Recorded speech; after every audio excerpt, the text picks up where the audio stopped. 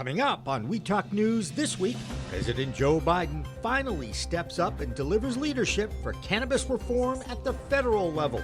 Biden calls for the pardoning of all federal sentences for nonviolent possession crimes. Then he calls on the governors of all the states to offer the same pardon.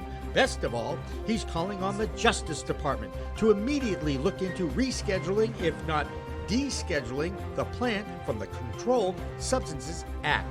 The end of prohibition is near. We'll have reaction from NORML and the NCIA in Washington, D.C. We Talk News with Alaina Pinto is next. We are Pro Cannabis Media.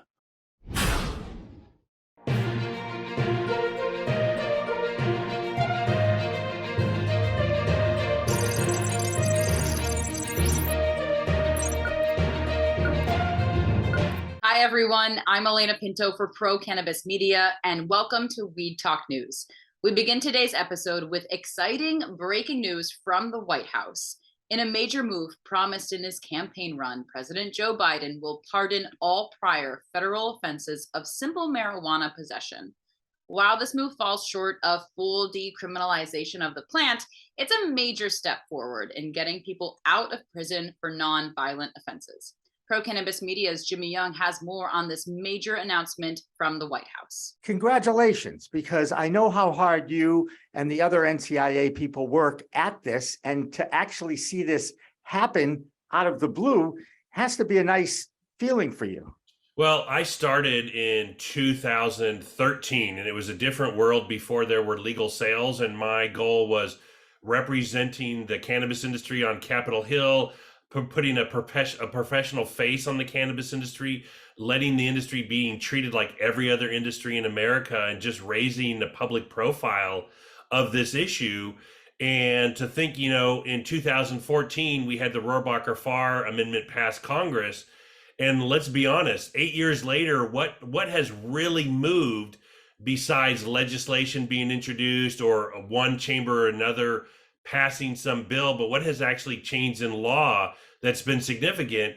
And now the President of the United States is actually doing something to where people's cannabis convictions are going to get pardoned. This is going to be life-changing for many thousands of people.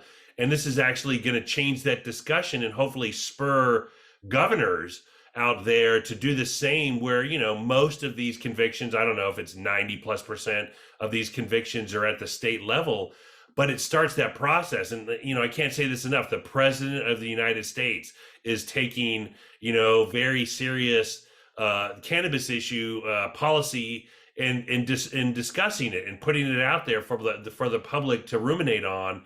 And that's pretty historic. The president will also encourage governors to take similar steps to pardon simple possession charges, and will task the Department of Health and Human Services and Attorney General Merrick Garland to expeditiously review how cannabis is scheduled under federal law. Until that story broke from the White House Thursday afternoon, most of the cannabis world's attention was fixated on a story that doesn't have nearly as happy as an ending. This week, it came to light that an employee of multi-state operator Trulieve died as a result of working at a production facility in Holyoke, Massachusetts. The worker has been identified as Lorna McMurray. An OSHA investigation, which does not name McMurray, found that on January 7th of this year, an employee was grinding cannabis flower to be packaged into pre-rolls when she, quote, said she couldn't breathe, and was killed due to the hazards of ground cannabis dust. The report also mentioned that the inhaled dust contained kief from cannabis, but it doesn't give many other details than that. The Young Jerks podcast, which first identified McMurray as the victim, recently spoke with her stepfather. For a couple of weeks before she passed, she was messaging me to where I work for respirators. She's like, "Dad, can you bring me home some respirators?" And of course, so obviously they weren't supplying them to her. I had to sneak them out of my shop to bring them to her. The group also shared a statement from an unidentified former coworker who alleged mismanagement at this facility, saying, quote, I had quit about a month prior to her passing due to the horrific management and corruption that I witnessed daily as a supervisor within the facility. I wish that I had been there to save her. Please look out for your people. Please educate yourselves. Pro Cannabis Media has reached out to Trulieve's corporate communications VP. We are still waiting for a response. Many outlets in the Northeast and nationwide now have their eyes on this unfolding story and will keep you updated on any updates that may follow. For now, let's check in with Weed Talk News producer Tori Chamberlain for what else is happening in Massachusetts this week. Hey guys, I'm Tori Chamberlain with this week's Bay State Report. On the heels of Lorna McMurray's death, we'll certainly be watching for any response from the state's Cannabis Control Commission. A lot of activists and outlets are asking them to speak up right now and make worker safety a priority in the state. So we'll certainly be keeping up with this and let you know about any updates right here on Weed Talk News. In the meantime, another company seems to be in legal trouble here in Massachusetts. Online outlet Law 360 reports that Bud & Mary's Cultivation Inc. has filed a lawsuit against cannabis tech company Agrify Corp. The lawsuit alleges that Agrify made empty promises to turn a site in Bellingham, Massachusetts into a cannabis cultivation center and instead turned it into essentially a money pit. The lawsuit claims that Agrify engaged in unfair trade practices by allegedly lying about its experience, offering a lowball estimate for construction costs, and hiding construction details from Bud & Mary's, and even making unauthorized draws on the construction loan to make investors believe that the project was actually on time when it wasn't. This is just another example of all the woes that small cannabis companies have to endure, and it's why we definitely need business protections and worker safety protections in this industry. Now, in happier news, the NECANN High Lifestyle Show is happening in Boxborough, Massachusetts this weekend. The event will bring together brands, dispensaries, distributors, growers, artists, performers, and consumers to enjoy a weekend of concerts, comedy, education, celebrities like Cheech Marin will be there, as well as socializing and networking. You're going to have to be at least 21 years old to get onto the property for the event, and there's not going to be any alcohol, just cannabis consumption. The biggest difference between this for me, it's the first time I've done an outdoor event. You know, there's components you can't really control with the outdoors, but more bigger is the fact that it's on a private property where ownership of the entire place is 21 plus. So, you know, by mass law, this is a private place and consumption is legal. So it's our first time doing, you know, an openly legal consumption event. The Weed Talk News team will be at that event in Boxborough this weekend. So make sure you catch our full recap of it on the next episode of Weed Talk News. And finally, we want to give a shout out to Nikki Johnson, the owner of the Heritage Club in Cambridge. They will be holding their official grand opening this weekend, which we will also be stopping by. This is, of course, the first Black woman-owned club opening in the state of Massachusetts, so we're super excited for that. That's it from Massachusetts this week. I'll see you guys next time. I'm Tori Chamberlain for Pro Cannabis Media. Bay State Cannabis Report is supported by Holyoke Cannabis, Holyoke's finest cannabis recreational experience.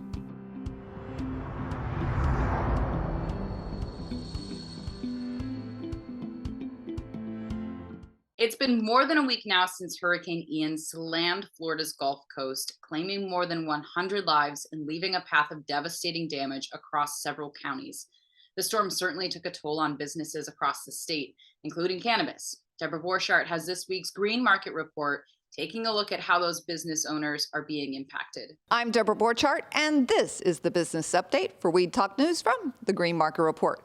People in Florida stocked up on cannabis ahead of Hurricane Ian, and that was probably the smart move. Many of the biggest cannabis companies in the state had to close at least some of their dispensaries in hard-hit areas. Trulieve and Vermont said they both still had 3 stores that remain closed, as did many other cannabis companies. Trulieve said despite the closures, the storm had 0 impact on grows or processing. Earlier this week, the SEC filed charges against 8 for a stock promotion scheme that included 3 cannabis stocks. Elegance Brands, Emerald Health Pharmaceutical, and High Times were the stocks that Jonathan McCullough promoted in his newsletter, Palm Beach Venture. Emerald and Elegance both had to pay fines, and some of their people are now barred from serving as an officer in the company. High Times paid for the promotion, but the company wasn't charged in the scheme. It's the beginning of Croptober when many outdoor cultivation sites begin harvesting their cannabis. This year, though, with prices continuing to plunge, harvest time might not be so celebratory. Cannabis Benchmark said it expects wholesale prices to keep falling. And speaking of falling, sales fell in the state of Nevada for fiscal year 2022. Despite tourism rising in the key market of Las Vegas, sales fell by 4% versus last year. Now, that's troubling because the state was just coming out of COVID lockdowns in 2021. Sales fell below the billion-dollar level to $965 million. And this has been the business update for Weed Talk News, provided by the Green Market Report. Weed is now for sale in Vermont for everyone 21 and older. This past week, the Green Mountain State's first cannabis retailers opened their doors for recreational sales. And while the honeymoon period seems to have sparked some good feedback, MJ Biz Daily reports some business owners have voiced concerns about limited supply and product selection as cultivators and processors ramp up production. So let's get the latest from Vermont this week with Jessie Lynn Dolan. I'm Jessie Lynn Dolan from Nurse Grown Organics and Vermont Cannabis Nurses, and this is the Weed Talk News Vermont Report. October 1st marked the start of the Vermont adult use cannabis sales, with lines flowing out the door of the only 3 licensed retail storefronts in this state: Mountain Girl Cannabis in Rutland, Laura Cannabis in Middlebury, and Ceres Collaborative in Burlington. The rollout continues to be slow, with the Cannabis Control Board approving 13 more licenses this week, including 1 retailer. Hetty Vermont kicked off Cannabis Month with the start of retail sales on October 1st, highlighting their new app, Where to Find Vermont Weed. Visit app.hettyvermont.com to check it out. The Vermont Cannabis Nurses Association have started a free weekly cannabis nurse hotline for consumers, patients, and cannabis employees to help bridge the education gap and provide support for all Vermonters. Vermont Growers Association hosted a community discussion on Thursday, October 6th with local cultivators and policy experts entitled "The Market is What We Make It." That's the Vermont Report for Weed Talk News. I'm Vermont's cannabis nurse in Ganjier, Jessie Lynn Dolan. Many other states seem to be getting closer to going green, with places like Arkansas and Missouri putting cannabis-related amendments on their November ballot. And in Missouri, analysts say going from medical only to adult use sales would give the Show Me state a big boom economically. Brandon Jones has the details in this week's Missouri Report. Hey everybody, it's Brandon Jones from Distribution Maven with the Missouri Cannabis Report for Weed Talk News. And that's right, adult use is on the ballot here in November, and that's all the talk.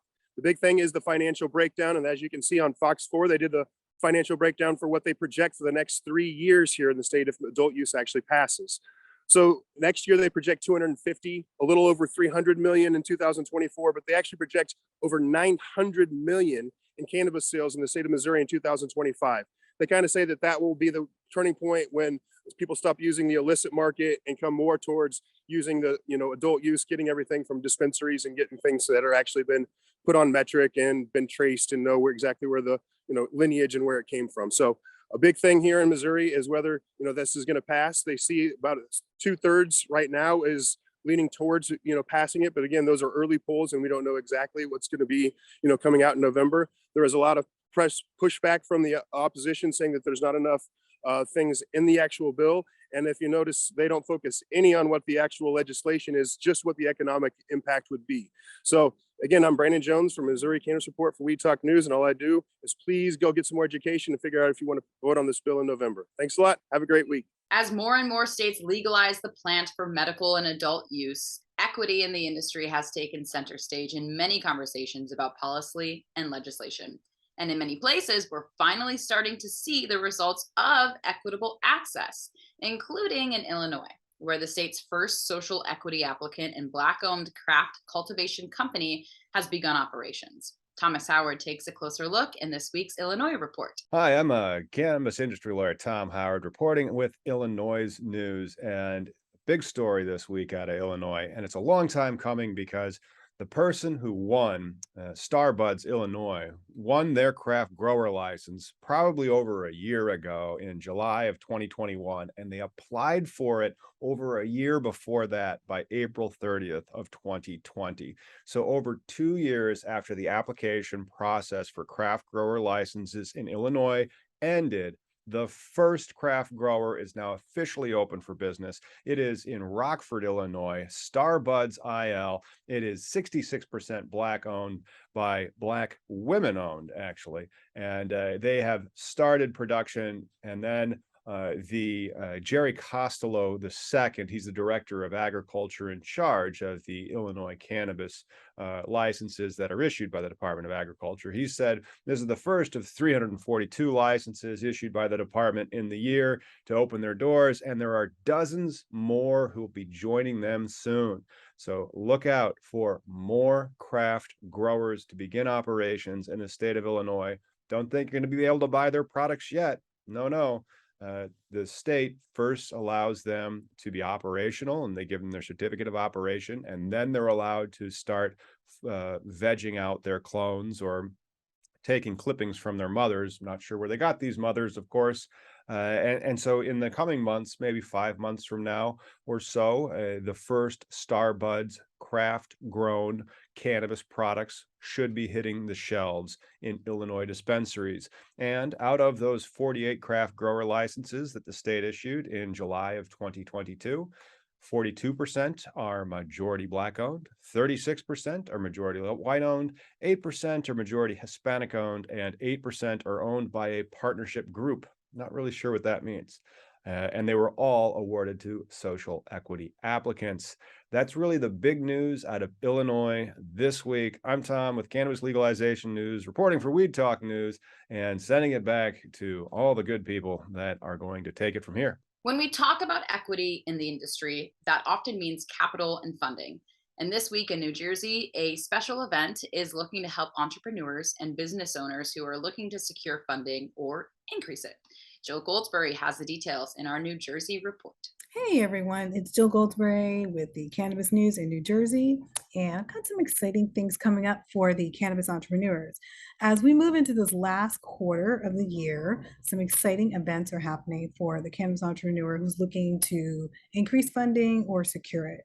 And it comes in the form of the 2022 New Jersey Cannabis Expo and the Cannabis Investment Expo, taking place on October 10th through the 12th at the New Jersey Convention Center in Edison, New Jersey. Guests are able to enjoy both events for the price of one ticket, and entrepreneurs can expect to get a lot out of this event, including networking. There's actually panels that are going on all day. You'll also have the opportunity to learn about all the advances in cannabis operations and investments, cannabis trends, and of course, information on the business industry that is CBD, hemp, and THC. For more information on this, go to canna1.com and register for the event. It's happening on October 10th through the 12th. We'll see you there. I'm Jill Goldsberry with Weed Talk News, New Jersey.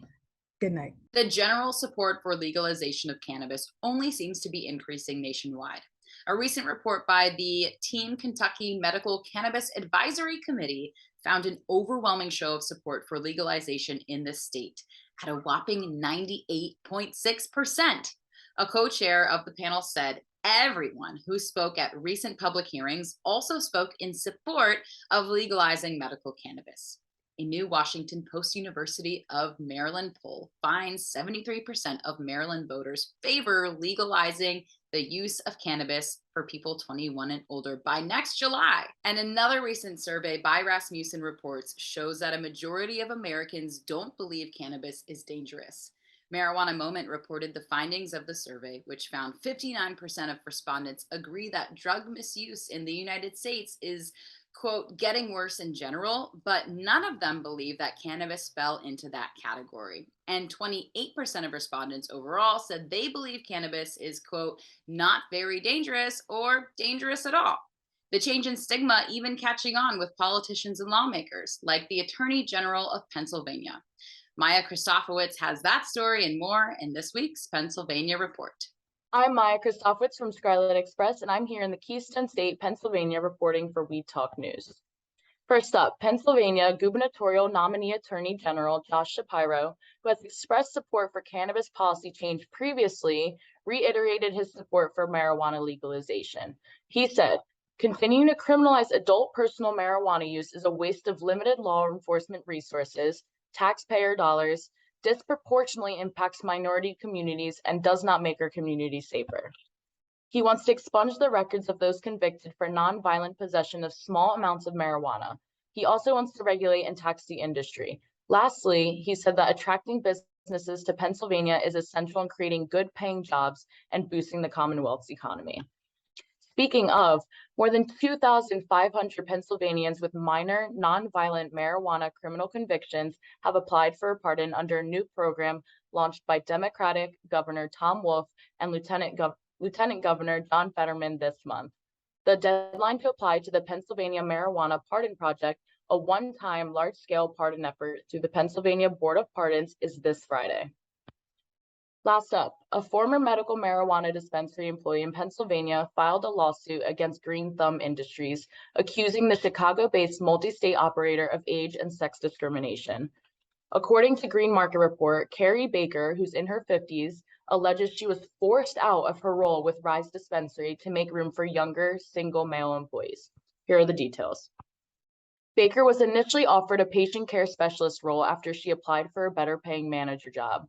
She then performed the duties of a manager despite not being in the role, while a less qualified young male employee was promoted to a shift supervisor position over her.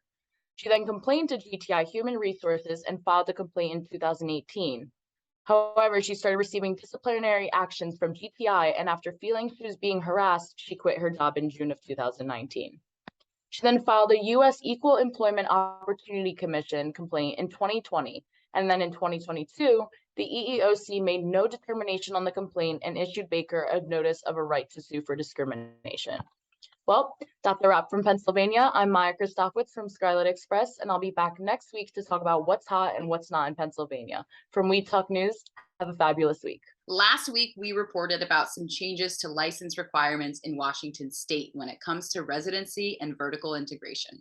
Well, a recent court ruling decided something similar in Maine, allowing people who don't reside in the state to apply for medical cannabis business licenses. Our Maine correspondent, Rye Russell, explains how it's going to impact the industry there. Hi, I'm Rye Russell from Bud's Emporium in Medway, Maine, with this week's Maine Cannabis Report for Weed Talk News. A few weeks ago, the First Circuit Court of Appeals ruled to strike down Maine's residency requirement for its medical program. This comes shortly after another ruling in another case removing the residency requirements for the adult use program. Now, Maine's cannabis market is officially open for business, and all potential investors looking at this special and unique market has an opportunity to participate. Additionally, this week, Maine's cannabis market prepares for a change in leadership as the current director of Maine's Office of Cannabis Policy, Eric Gunderson, will be stepping down after 4 years of service.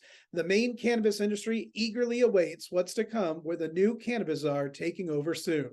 That's this week's Maine Cannabis Report. I'm Rye Russell from Bud's Emporium in Medway, Maine, reporting for Weed Talk News. We tell you all the time here at Pro Cannabis Media that it's a whole new world of weed out there and to use it wisely.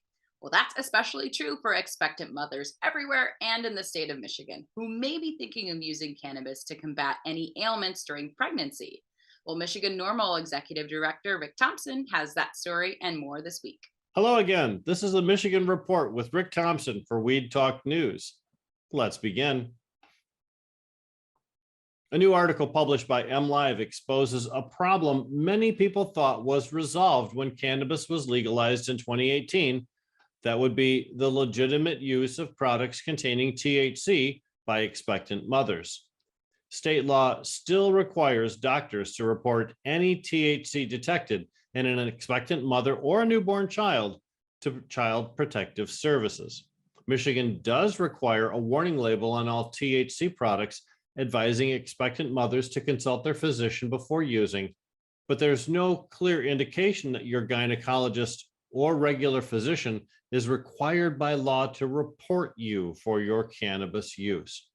Although most physicians seem uncomfortable to make a report against their own patient, larger healthcare systems do create company-wide policies based on regulations such as this one. Now, there's no legislative fix as of yet to end this punitive and outdated government policy, but one can be expected to appear in the 2023 legislative session. Well, Detroit's ordinance allowing adult use cannabis businesses has barely begun the licensing process, and now it's being asked to halt that process yet again. Remember, last year, the city's licensing ordinance was ruled likely to be unconstitutional by a federal judge. Detroit put forth a second ordinance, which was similarly challenged. 2 lawsuits sought to invalidate the new ordinance based on the preferential treatment given to social equity applicants and how those applicants are defined. Last week, a judge threw out those 2 lawsuits, and the city charged forward with licensing, but now the new suit seeks to stop the process altogether. The latest suit comes from cannabis company Pharmaco and their Red, White, and Bloom division, and a Michigan citizen who believes he would be disadvantaged by the current licensing process. The suit was filed in federal court, and there's no known date for a hearing on that issue. Well, what's the latest scam in Michigan's cannabis industry? According to the CRA, it's having a boatload of cannabis delivered to a warehouse by a licensed secure transporter, except the recipient isn't a licensed cannabis entity. Yes, people have learned that they can order a delivery of cannabis using a legitimate cannabis license number and make it seem like a legitimate transaction, but have it delivered to an address that is far away from any licensed facility. The Cannabis Regulatory Agency issued a memo noting an uptick in these incidents in the months of August and September. In our final story today, the new interim director of the Cannabis Regulatory Agency spoke to a crowd of about 200 at the Michigan Cannabis Industry Association luncheon on Wednesday. Brian Hanna was tapped by the governor 3 weeks ago to replace outgoing and beloved Director Andrew Brisboe. Now, Hanna has faced a great deal of backlash because he's a former police officer and an investigator with the Michigan State Police, which is an agency that has a lot of problems concerning cannabis lately. Hanna had previously served in the old Marijuana Regulatory Agency and the Bureau of Medical Marijuana Regulation in their enforcement divisions. Now, during the luncheon, Hanna spoke about his short-term plan and renewed a commitment to step up enforcement actions against those cheaters within the regulated market, including those who are importing cannabis oil from other states. And that's it for the Michigan Report with Rick Thompson on Weed Talk News. New from California, the state's Department of Cannabis Control is offering $20 million in grant funding to support research on topics like preventing monopolization of the cannabis industry and securing the genetics of legacy strains, which is a pretty big deal for a state that's been pioneering the industry for decades. And just up the coast, Oregon is getting its first taste of some new companies and products this week. Our new Oregon correspondent, Marianne Kursagi, has the details. I'm Marianne from Alibi Cannabis with this week's Oregon Cannabis Report for Weed Talk News.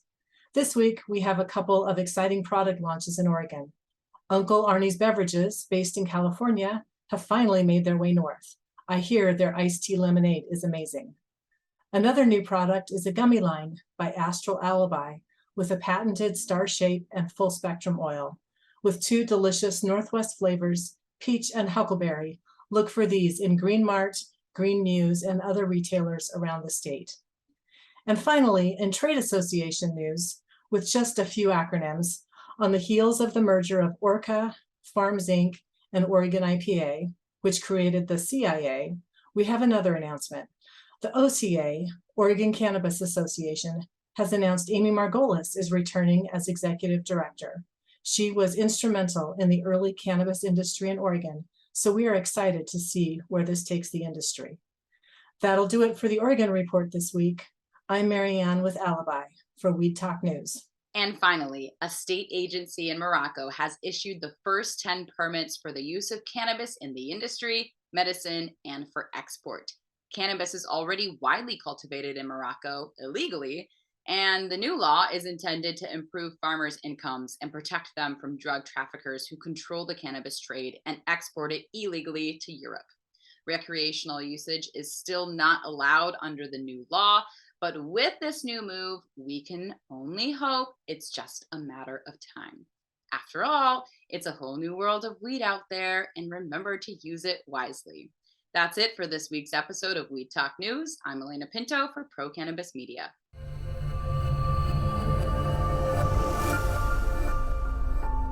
As a broker, we have access to many cannabis carriers. So I will go in with 2 or 3 quotes for people. The quotes might be $20,000 for one, $22,000 for another, $17,500 for another. Pretty close among the 3. What I tell people is it's not the pricing, it's what's included and not included, meaning exclusions. An exclusion in layman's terms is just something that's not included. It's not on the menu, so it's just not included. But if you don't know that, if no one shows you that on page 71 of a 150-page policy, you're not going to know. No one knows. I never met one person that says they read an insurance policy. If you do, I got some property in Florida for you.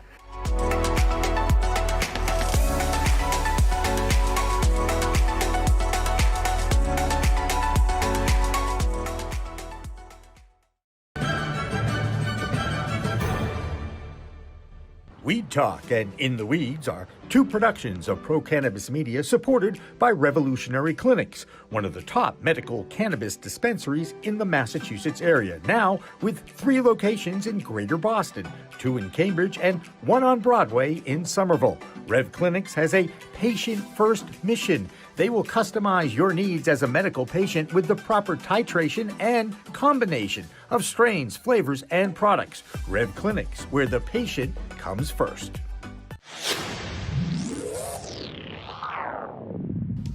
Hey, you want to grow your own plants? Check out Style Lighting's Grow Kit. It has everything you need to become an expert home grower and bring the power of the sun indoors. Style Lighting uses TCP's high-powered commercial LEDs that deliver twice the output in the market. The Grow Kit has a grow bag, a timer, chains to hang the light, and of course the best in the business lighting system by TCP. Check out stylelighting.shop for more information.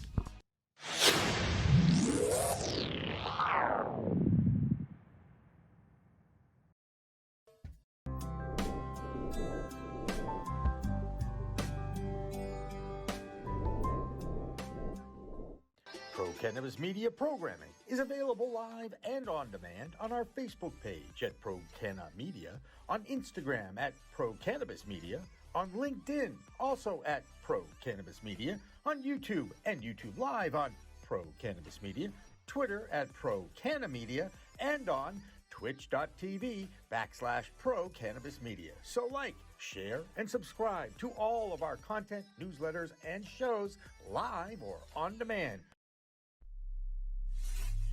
We are Pro Cannabis Media.